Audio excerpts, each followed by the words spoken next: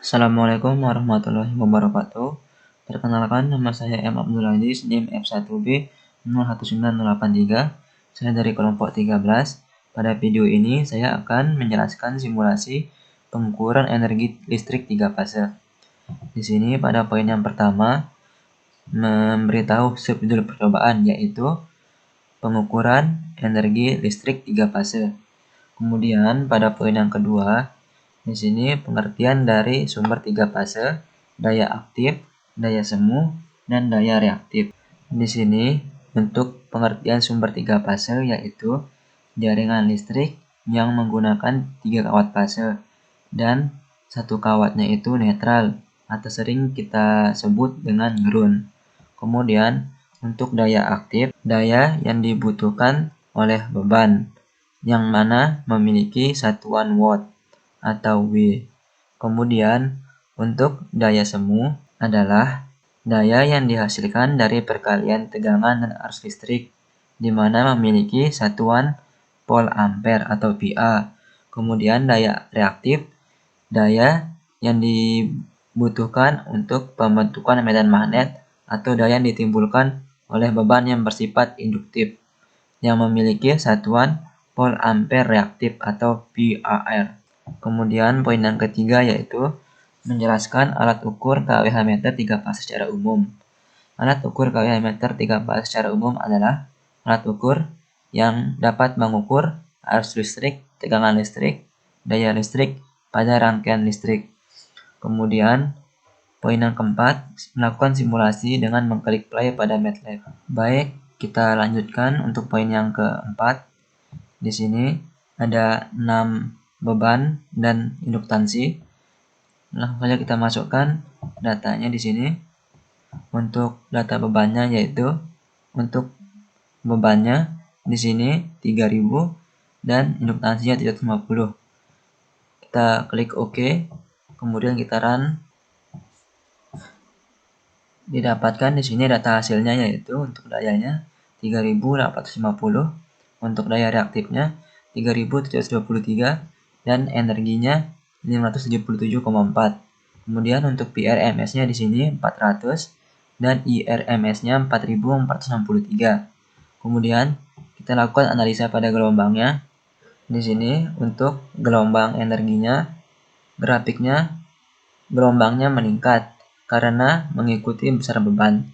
Semakin besar bebannya, maka energi yang dihasilkan akan semakin besar juga.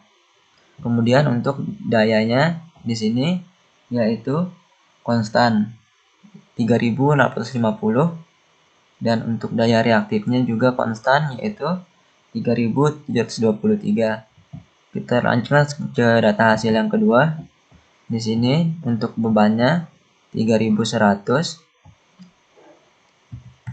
Kemudian untuk induktansinya 760. Kita klik apply, kemudian OK. Kita run lagi. Untuk dayanya di sini didapatkan 3992 dan daya reaktifnya 3825, energinya 598,6 dan PRMS-nya 400, IRMS-nya 4607. Selanjutnya kita analisa lagi gelombangnya. Sama halnya dengan gelombang sebelumnya. Di sini untuk gelombang energinya, gelombangnya meningkat karena mengikuti besar bebannya. Semakin besar bebannya, maka energi yang didapatkan juga akan semakin besar. Kemudian untuk dayanya di sini yaitu 3992 dan untuk daya reaktifnya 3825. Kita masukkan lagi untuk data hasil yang ketiga di sini 3200 untuk bebannya dan induktansinya 770. Kita klik apply, kemudian OK, dan kita run lagi.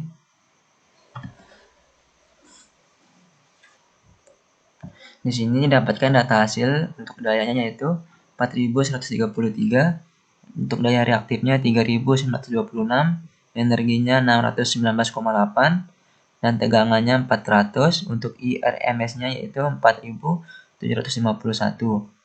Sama halnya kayak tadi, kita analisa gelombangnya. Kemudian di sini dapat kita lihat untuk puncaknya di sini bertambah karena energi dan bebannya juga semakin besar. Di sini sama halnya lagi, gelombangnya itu meningkat, tetapi di sini untuk bebannya mencapai 800 dan di sini untuk dayanya dihasilkan yaitu 4133 dan untuk daya reaktifnya 3926. Kita lanjut ke data hasil yang keempat di sini. Untuk bebannya sendiri 3300 dan untuk induktansinya 780. Kita klik apply, kemudian OK, kita run lagi. Didapatkan data hasil yaitu untuk dayanya 4274, daya reaktifnya 4028, energinya 641, untuk tegangannya di sini 400 dan IRMS-nya yaitu 4,894. Kemudian kita analisa lagi. Di sini gelombang untuk energinya, gelombangnya meningkat secara konstan karena besar beban akan mempengaruhi hasil dari energi.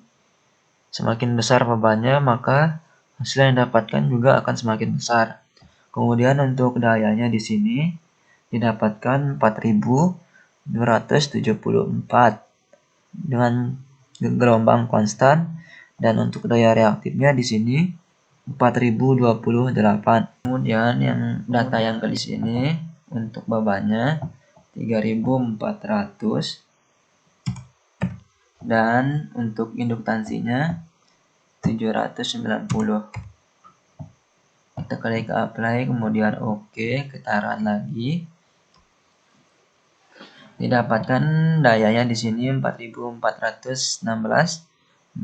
daya reaktifnya 4129, energinya 662,2, tegangannya tetap yaitu 400 dan IRMS-nya itu 5,038. Dan untuk gelombangnya di sini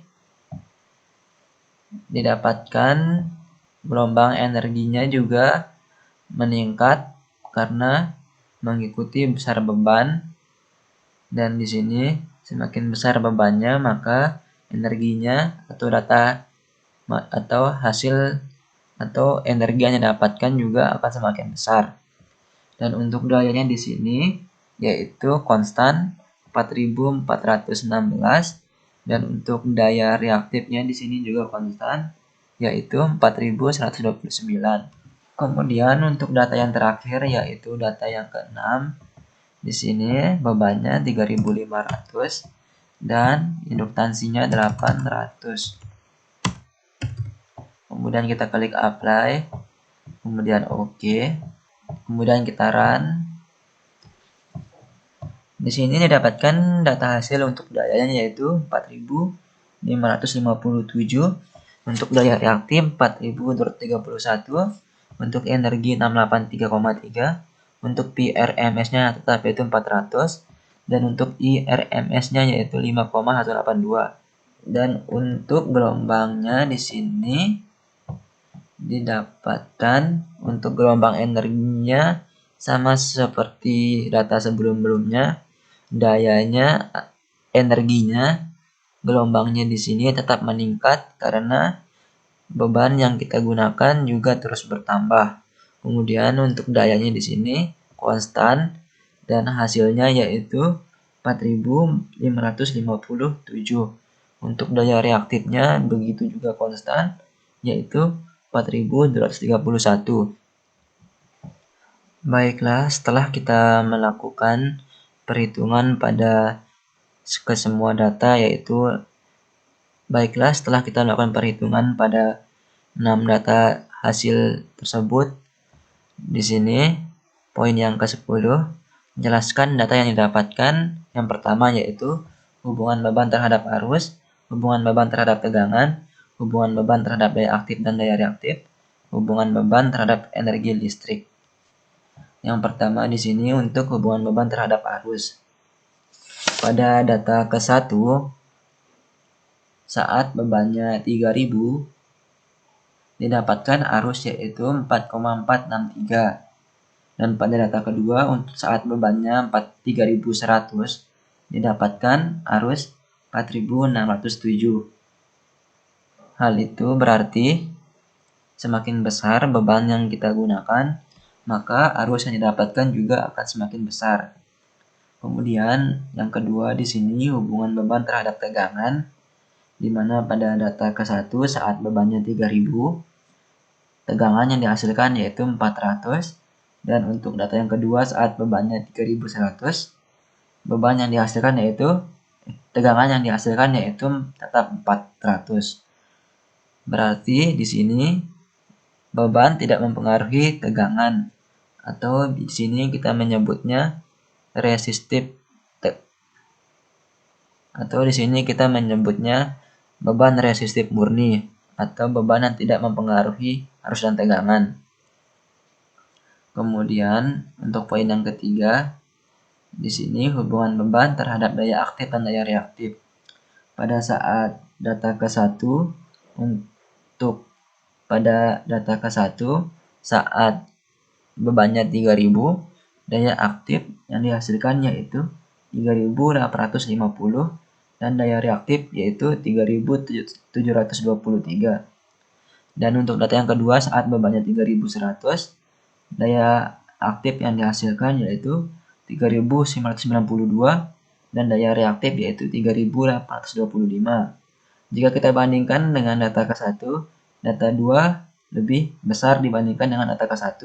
Hal itu berarti semakin besar beban yang kita gunakan, maka semakin besar daya aktif dan daya reaktif yang kita dapatkan.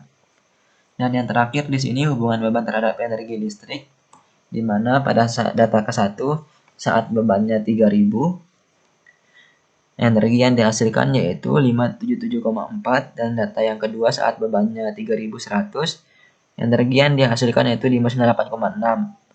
Sama halnya jika kita bandingkan dengan data ke-1, data kedua lebih besar karena beban yang kita gunakan juga semakin besar. Sehingga semakin besar beban yang kita gunakan, maka energi listrik yang kita dapatkan juga akan semakin besar. Baiklah, cukup sekian penjelasan untuk simulasi pengukuran energi listrik 3 fase.